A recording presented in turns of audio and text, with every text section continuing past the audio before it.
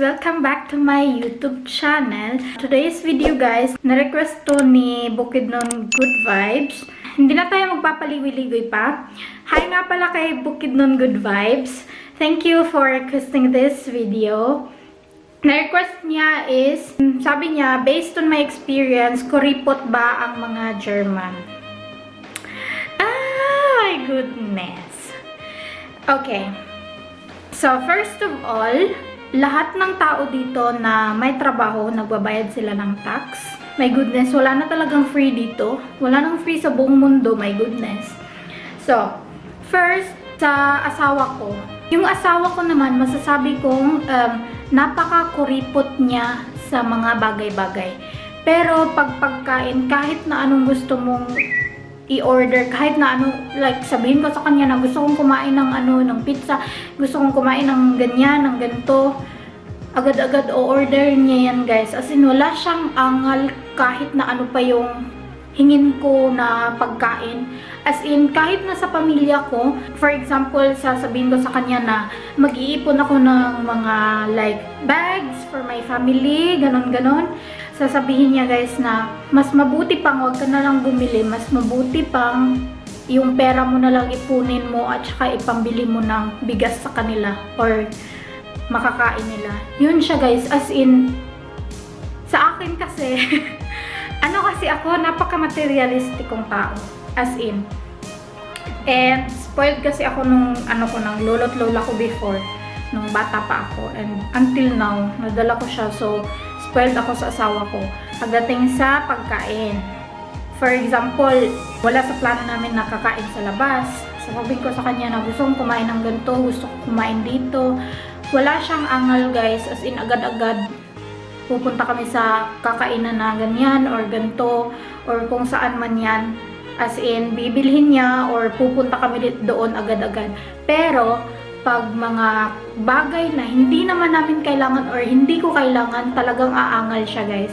Yung alam niya na damit na kailangan ko talaga for work or kung saan-saan, kung ano, basta tingin niya na importante siya at kailangan ko siya, wala siyang angal doon. And hindi niya ako binabarahan. Hinaharangan niya ako pag, kunwari, may sweldo ako, tapos sabihin ko sa kanya, gusto kong bumili ng ganito, ng ganyan. Sasabihin niya palagi, mas mabuti pang ibilid mo yan ng pagkain kaysa sa mga gamit na hindi mo naman kailangan. Yun siya guys, as in, napaka-practical niyang tao at yun yung gustong-gusto ko sa kanya. Palagi kong sinasabi sa kanya na pigilan niya ako na pag may gusto akong bilhin na hindi ko naman kailangan. Pinipigilan niya talaga ako kasi sabi ko sa kanya yun, subukan mo akong pigilan sa mga ganyan-ganyan. Kasi pag walang tao na pumipigil sa akin, as in, lakwatsa lang ako ng lakwatsa, gora ako ng gora,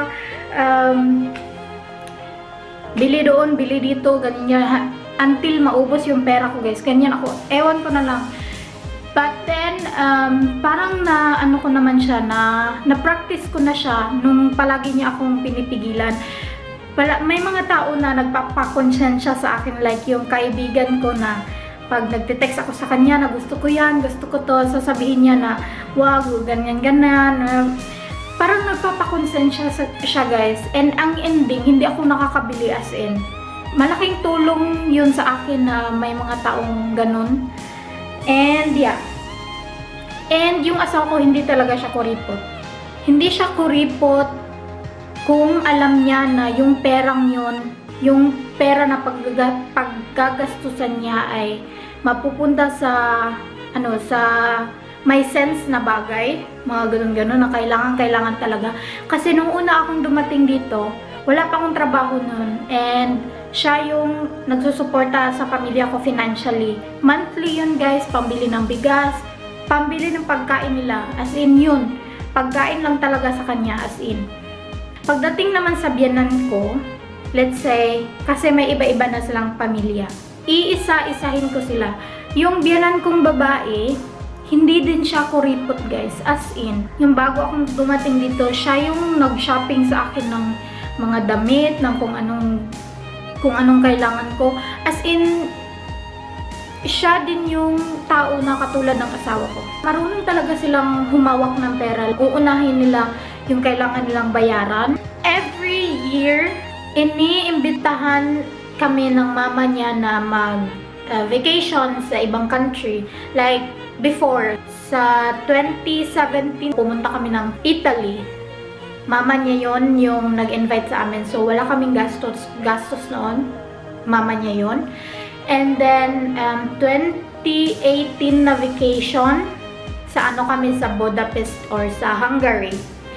And again, wala din kaming gastos noon kasi yung mama niya yung gumastos lahat. Siya yung nag-organize lahat ng pupuntahan namin, as in lahat-lahat. Siya yung nag-organize noon. And this year, 2019, this coming April 19, pupunta kami sa Croatia. So, hindi ko masabi ng sobrang kuripot niya. So, puntahan naman natin ang biyenan kong lalaki, yung papa niya.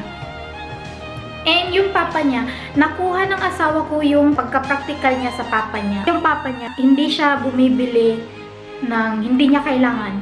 Bumibili siya ng gamit na nagpapasaya sa kanya. Nung kinasal kami dito, pamilya niya yung nag-organize noon. Sila yung nagbayad sa mga gastusin. So, talaga hindi sila kuripot. And yung lolo't lola niya, masasabi ko talaga na swerteng-swerte ko sa kanila. As in, sila yung naiiyak talaga ako pag pinag-uusapan yung yung lolo niya. Ayoko umayak, guys. Kasi wala na yung lolo niya. Wait lang. Wait lang ha. Ayusin ko lang yung mukha ko. Nung nalaman nila na nasunugan yung papa ko, agad-agad silang nagpadala ng pera para sa papa ko, yung mga ganun-ganun. As in, talagang matulungin sila, hindi sila kuripot, guys. As in, sobrang thankful ko sa kanila. Okay. Naging emotional ako doon ha. Sorry. So, next. Sa mga friends ko naman na German, like before, di ba, nagtatrabaho ako ng waitress or bartender sa isang German hotel or German resort. So, mostly, ang mga guests doon are mga Germans. As in, pag nasa vacation sila, as in, labas lang sila ng labas ng pera. And, malalaki din yung mga tip na binibigay nila. Ayun yun. I know na may mga tao doon na mga kuripot na hindi talaga naglalabas ng pera, na tinatago lang nila yung pera nila, yung mga ganun-ganun. Basta may alam ako na ganun. Pero based sa aking experience, wala. Sobrang matulungin lang talaga nila. Wala silang pakialam na maglabas ng pera, basta yung pera na yon alam nilang makakatulong sa taong pagbibigyan nila. So, yun lang. My goodness! Shoutout nga pala ako kay Apple09 Makaraig. Hello, sis! Thank you for watching! I hope hindi kayo magsasawa sa panonood ng videos ko. Ayaw ko talaga makita na umiiyak ako kasi gusto ko happy lang ako lagi. So, yeah. Yun lang yung video to, and sana nagustuhan mo, Bukidnon Good Vibes.